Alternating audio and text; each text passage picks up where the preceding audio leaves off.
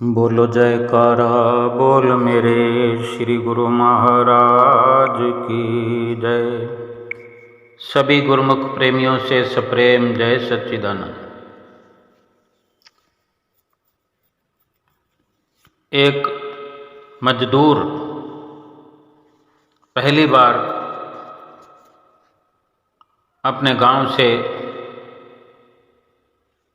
दिल्ली जैसे शहर में आया और पत्नी को भी साथ लाया। दोनों ही चल पड़े। कोई किराए का छोटा मोटा ठिकाना ढूंढ लिया, वहाँ आश्रय लेकर के पत्नी को घर में छोड़कर काम की तलाश में निकल पड़ा। काम तो करना ही पड़ेगा और काम की तलाश के लिए ही गांव छोड़ा था।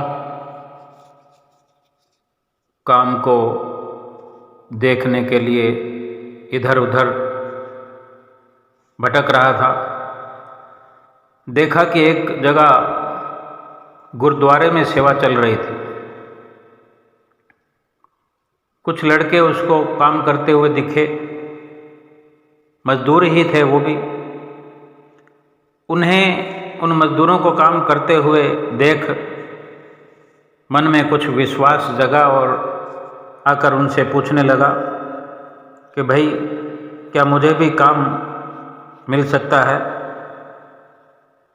तो लड़कों ने कहा हाँ क्यों नहीं, हम कर रहे हैं तो आप भी करो। तो वो मजदूर जो नया था उसने पूछा भाई मालिक कहाँ है? इस काम को चलाने वाली सेवा को, काम को, जो भी है, जिनसे मैं बात करके काम पर लग सकूं, वो मालिक कहाँ है? तो लड़के कम उम्र के थे तो शरारती होते ही हैं। उनको शरारत सूझी और बोले मालिक तो बाहर गया है, बस तुम काम पर लग जाओ, हम बता देंगे कि तुम आज से लगे हो, चिंता मत करो। मजदूर खुश हुआ और काम करने लगा। रोज़ सुबह सवेरे टाइम पर आ जाता और शाम को चला जाता। पूरी मेहनत से, लगन से काम करता। पूरा सप्ताह निकल गया। तब लड़कों से फिर पूछा उस मजदूर ने कि भाई मालिक कब आएंगे? लड़कों ने फिर जवाब दिया कि एक सप्ताह के बाद आएंगे। और इस तरह से एक सप्ताह और निकल गया। तो फिर मजदूर ने, जो नया था, दूसरे उन मजदूर लड़कों से कहा भैया आज तो मेरे घर पर खाने को भी कुछ नहीं है, अब तो मालिक से मिलवा दो मुझे। तो लड़कों ने फिर शरारत की और कल के लिए कह दिया। मगर जो बात उस मजदूर ने कही कि आज मेरे घर पर खाने को कुछ नहीं है, इन शब्दों ने उन लड़कों को उनकी गलती का एहसास करा दिया। उसका भोलापन, उसकी सादगी।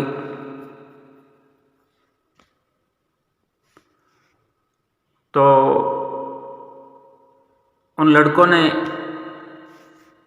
आपस में ये फैसला किया कि अब वो मजदूर जो दोबारा आएगा तो उसको बता देंगे भाई ये तो सेवा चल रही है। और वो भी जो मजदूर थे सेवा ही कर रहे थे, बिना पैसे के लगे हुए थे मजदूर।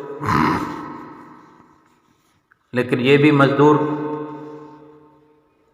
लेकिन ये तो अपने गुजर बसर के लिए चूँकि गांव से आया था और बाकी सब परिवार वाले थे।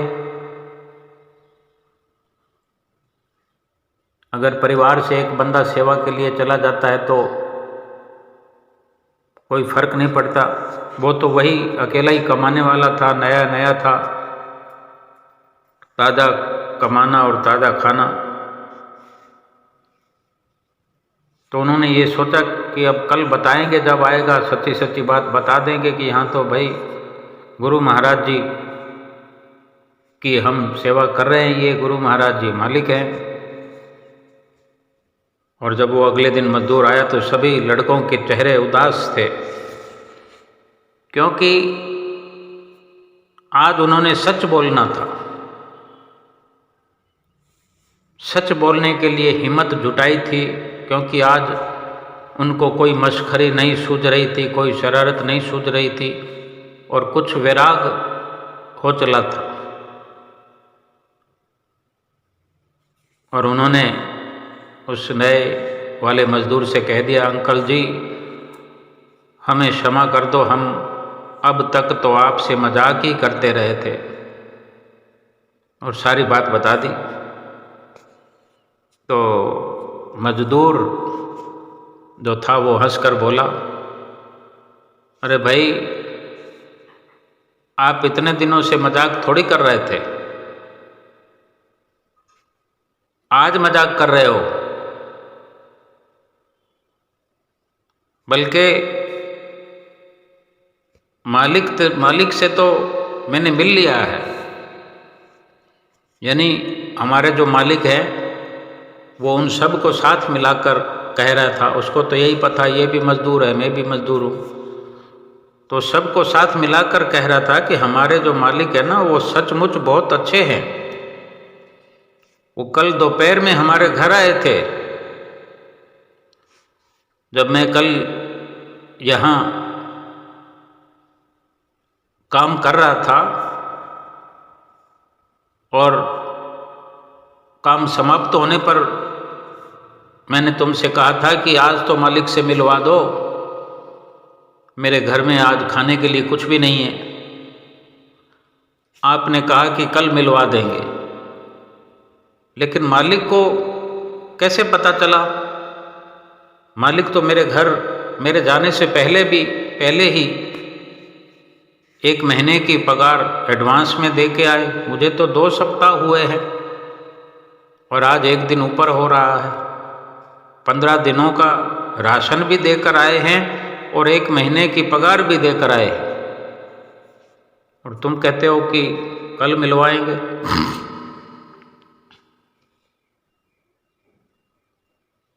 और बड़ा खुश होकर कह रहा था कि ऐसे मालिक तो कहाँ होते हैं दुनिया में। और कौन मालिक जो होता है मजदूर के घर पगार देने जाता है? मेरी मुलाकात ही नहीं हुई आज तक।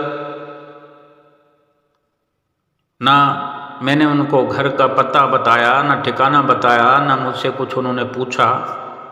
कैसे उन्होंने जान लिया? इससे अच्छे मालिक और क्या हो सकते हैं, जो हमारे घर जाकर 1 महीने की दिहाड़ी एडवांस में जाकर दे दी, 15 दिनों का राशन वहाँ पर पहुँचा दिया। सचमुच हम सब के मालिक जो हैं वो बहुत अच्छे हैं। इतना कहकर अपने काम पे लग गया और लड़कों की समझ में आ गया कि हम तो सेवा कर रहे हैं, लेकिन इसने तो अपनी दिहाड़ी से काम करके भी सेवा से कहीं बढ़कर स्थान प्राप्त कर लिया। हम जो सेवा करके उस मालिक को पाना चाहते हैं, सेवा से नहीं पा सके, लेकिन इसके दिल का भाव जो है वो सच्चा भाव लिए हुए ये चाहे दिहाड़ी मजदूर बन के काम करता रहा, लेकिन दिल से, और मालिक से मिलने की तमन्ना करता रहा और मालिक के लिए अपने भीतर ऐसे सुंदर भाव बनाता रहा। जाने क्या इसके हृदय की प्रार्थना रही होगी, क्या इसके घर की स्थिति होगी, और मन ही मन क्या इसने सुंदर भाव ऐसे संजोए होंगे कि गुरु महाराज जी इसके घर पहुंच गए और आज ये इतना गदगद प्रसन्न है, रोम रोम से प्रसन्न है। कुछ ऐसा ही हमारे भीतर भाव हो कि हम जो केवल संसार की कामनाओं के वशीभूत होकर संसार के सामानों के गुलाम बनकर उनकी कामना करते रहते हैं, उनकी ख्वाहिश रखते हैं और ख्वाहिश पूरी करने के मकसद से ही हर कार्य करते हैं। संसार का हर कार्य सेवा हो सकता है। परिवार में रहकर अपने बाल बच्चों की सेवा जो हम करते हैं वो अगर मतलब परस्ती से ना करते हुए भगवान से सच्ची प्रीत लगा करके एक कर्तव्य समझकर परिवार का लालन पोषण करें तो यही सुंदर भाव भगवान को हमारे नज़दीक ला देते हैं, हमारी जो दूरियां हैं वो मिटा देते हैं। रही बात दिहाड़ी की, सामानों की, ज़रूरतों की, क्या भगवान के पास कमी है? लेकिन तो हम अपने आप को अपना भगवान बना करके सभी सामानों को इकट्ठा करते फिर रहे। क्यों ना हम भगवान को ही मांग ले जो असीमित है, जिसका दायरा असीमित है, जिसकी दौड़ जो है, जिसके सुखों की असीमित भंडार भरे हुए हैं, सामानों से सजे हुए हैं।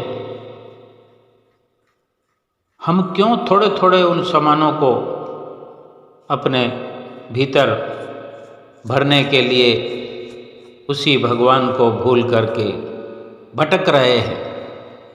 यूँ लगता है कि दर बदर की ठोकरें खा रहे हैं। चाहे हम 10-20 लाख 50 लाख करोड़ रुपया रोज भी कमाते हो, लेकिन तृष्णा के वशीभूत होकर अगर भगवान को भूले हैं तो हम भिखारी हैं, दर दर की ठोकरें खा रहे हैं। कोई गरीब अगर भगवान से सच्चा प्रेम करने वाला है तो संसार की सारी कायनात उस गरीब के साथ हो जाती है। लेकिन उस गरीब को जरूरत ही नहीं पड़ेगी तो वो भटकेगा क्यों? जिसने अपने मन को उस मालिक के चरणों की सुपुर्द कर दिया है, जिसका मन भटकता ही नहीं है, उसको संसार की या संसार के सामानों की जरूरत ही नहीं पड़ती। धन का क्या करना है? आज धन कितना भी हो हमारे पास, क्या हमारा धन सुरक्षित है? क्या हम सुरक्षित हैं? धन की वजह से हम असुरक्षित हैं और हमारे न संभाल पाने की वजह से हमारा धन भी असुरक्षित है। हम किस कदर संभाल सकते हैं? अगर इंसान में कोई सिफत होती, कोई ताकत होती तो आज जगह जगह देखते हैं चोर सेंध लगा रहे हैं, डाकू डाका मार रहे हैं। जहाँ धन होता वहीं सब आते हैं।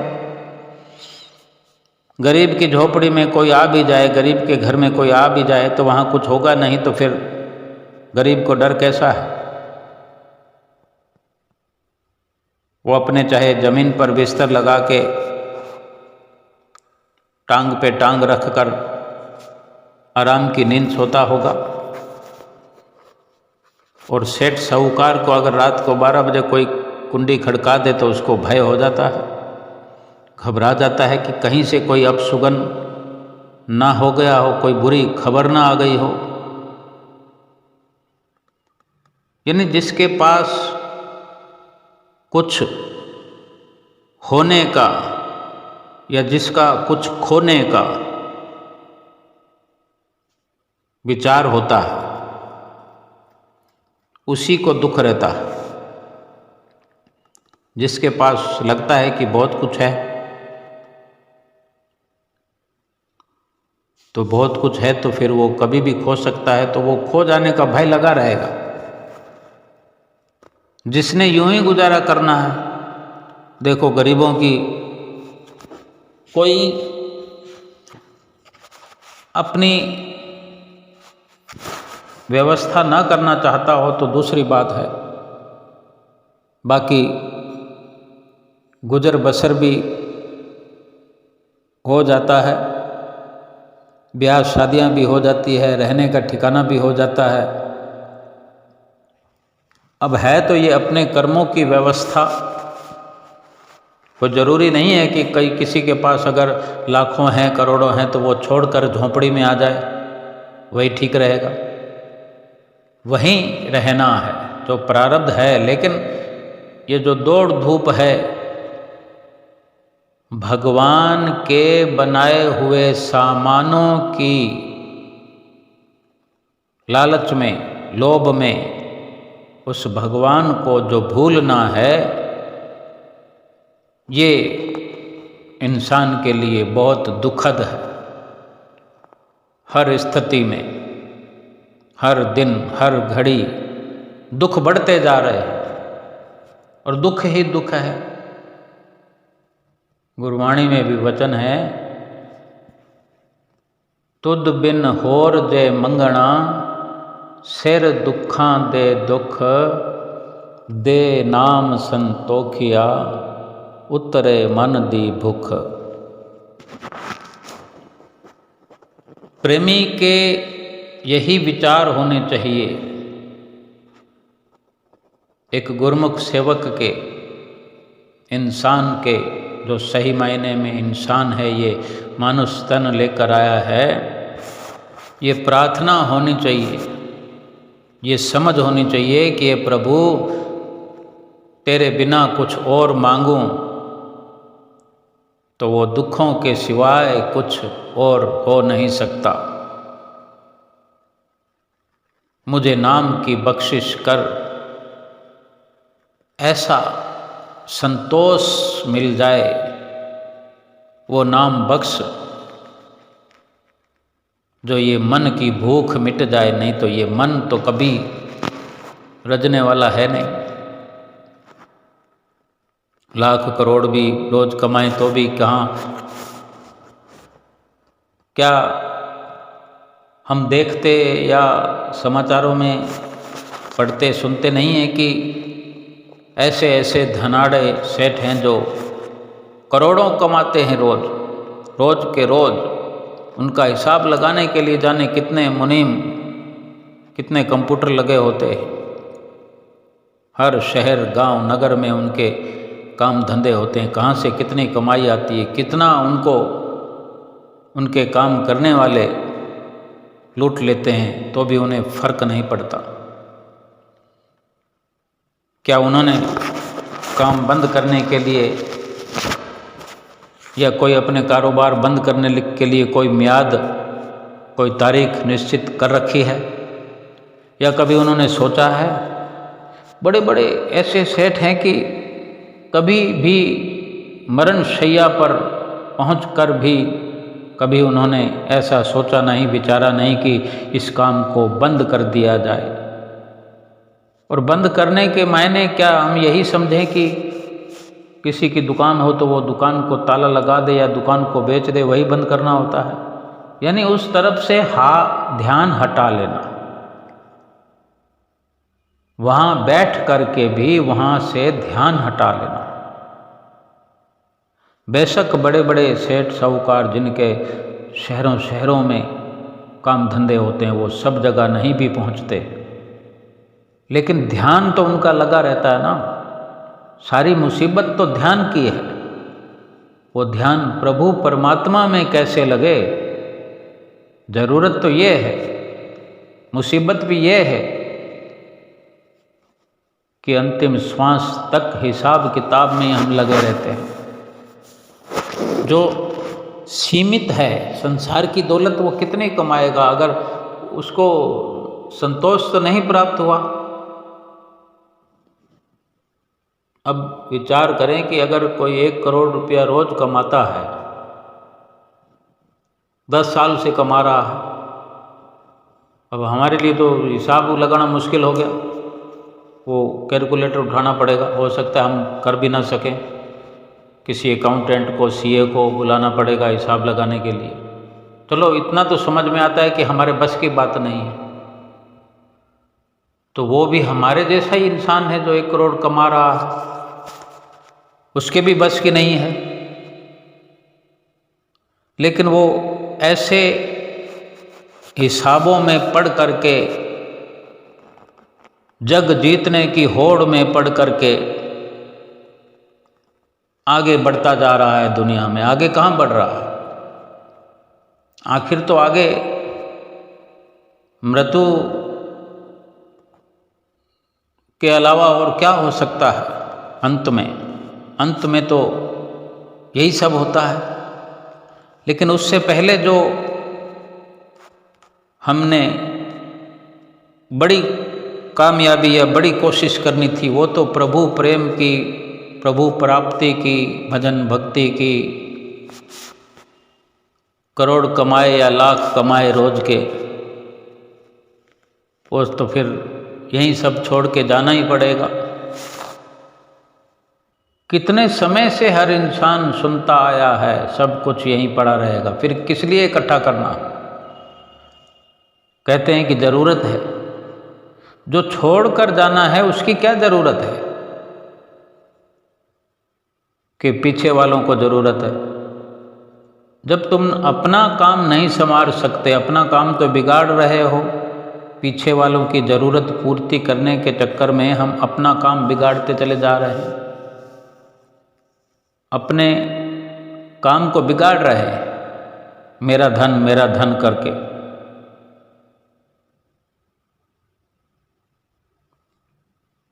मेरा धन मेरा धाम, मेरा पशु मेरा गांव, भूलियो फिरत है, तू तो भयो बावरो, बिकाए गरी बुद्धि तेरी, नेक हु न आवे लाज, सुंदरत कहत तो है, काम को बिगाड़ के अकाज क्यों करत है। ठीक से याद नहीं है, लेकिन सरलार्थ यही है कि फरमाते हैं महापुरुष कि हर वक्त ये मेरा धन है, ये मेरा धाम है, यानी ये मेरा ठिकाना है, ये मेरा पशु है, ये पशुओं का तबेला है, ये मेरा गांव है, ये मेरी स्त्री है, ये मेरा पुत्र है। संत सुंदरदास जी कहते तुझे थोड़ी भी शर्म नहीं आती? सुंदर कहत तो है नेक हु न आवे लाज, काम को बिगाड़ के अकाज क्यों करत है। जब देखो मैं मेरा करता रहता है, तुझे थोड़ी भी शर्म नहीं आती? अपने काम को बिगाड़ के खराब क्यों कर रहा है? बने बनाए खेल को बिगाड़ रहा है। भगवान ने सब कुछ काम बनू कर दिया है, भगवान ने सब करा के दिया है। देखो इस दुनिया में हम आए हैं, माता पिता ने पाल पोस कर बड़ा कर दिया, कितना आनंदित जीवन हो गया हमारा। हम गरीब हैं, अमीर हैं, लाख कमाएं, करोड़ कमाएं, 1000 कमाएं या भीख मांग कर खाएं, इस पर ना जाएं। केवल इतना ही सोचें कि माँ बाप ने अरे माँ बाप तो कुत्ते की योनि में भी माता अपने बच्चों के लिए जान लड़ा देती है अगर उसके बच्चे को कोई हाथ लगाए तो। मक्खी भी अपने बच्चों को पालती पोसती है, गाय भी अपने बछड़े को पालती है, उसके बछड़े को जब तक उसके नज़दीक ना लाओ तो दूध नहीं देती। एक इंसान की बात करें, अगर लखपति करोड़पति नहीं है ना, अगर फुटपाथ का भिखारी भी है, झोंपड़पट्टी में रहने वाले दरिद्र से दरिद्र, गरीब से गरीब है, इंसान तो है, माता पिता ने पाल पोस कर बड़ा कर दिया, फटे पुराने चिथड़े भी पहनते हैं तो क्या है, क्या फर्क पड़ता है। अब कोई कह सकता है कि जिसके फटे पुराने कपड़े होंगे वो सोचेगा, और भाई फटे पुराने कपड़े वाले को शर्म आती है तो जिसके पास 1000 जोड़ी कपड़े रखे हुए हैं, ऐसे ऐसे हमारे भाई हैं दुनिया में जो लाखों रोज कमाते हैं, कितने कपड़े लाए होंगे वो जीवन के अंदर, उन्हें खुद को पता नहीं है। जब उनके पास कितना रुपया है उन्हें समझ नहीं है तो कितने कपड़े आज तक लिए हैं हर फंक्शन पर। उनके तो कपड़े सेलेक्ट करने के लिए नौकर रखे हुए हैं, उनके जूते सेलेक्ट करने के लिए नौकर हैं, कौन सी सूट के साथ कौन सा जूता पहना है, कौन सा जुराब पहना है, कौन सा रुमाल लेना है, कौन सी गाड़ी में बैठना है, कितनी गाड़ियाँ हैं, कितनी गाड़ियाँ उनकी रखी हुई है। फिर उनकी बात करें, संतुष्ट तो वो भी नहीं है, लेकिन यहाँ बात सिर्फ एक आनंद की है, सुख की है, मांग की है, ज़रूरत की है कि भगवान ने सब कुछ कर करा के भेजा है। बात ये है समझने की कि इंसान का जो जन्म दे दिया है, सब कुछ कर करा के भगवान ने भेज दिया हमें। अगर कोट पैंट नहीं पहनने की वो है तो स्वेटर पहन लेंगे, स्वेटर नहीं है तो किसी से मांग कर पहन लेंगे, फटा हुआ स्वेटर पहन लेंगे तो भी सर्दी, क्या गरीब लोग सर्दी में जीते नहीं हैं? कितनी लू के अंदर सड़कों पर चलते नहीं हैं गरीब से गरीब, क्या फर्क पड़ता है?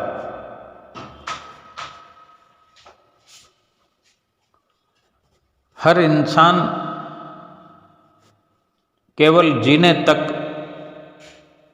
और महज इतनी सी ज़रूरत तक सोचे कि मैं क्यों हूँ, और भगवान ने जो कर करा के भेजा है, यानी माँ बाप ने पाल पोस कर बड़ा कर दिया, अपनी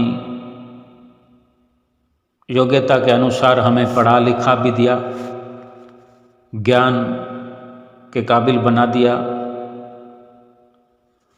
और फिर जो इस जीवन में चलो हम अपने पर लेते हैं, सबकी ओर से सोचना, अमीर के लिए भी सोचा, गरीब के लिए भी सोचा, फकीर भिखारी के लिए भी सोचा, हम अपने लिए सोचें कि आज हम गुरुमुख हैं, कितना कुछ बना दिया भगवान की मदद के बिना या उसके उपकारों के बिना हम इस जगह पर पहुँचे।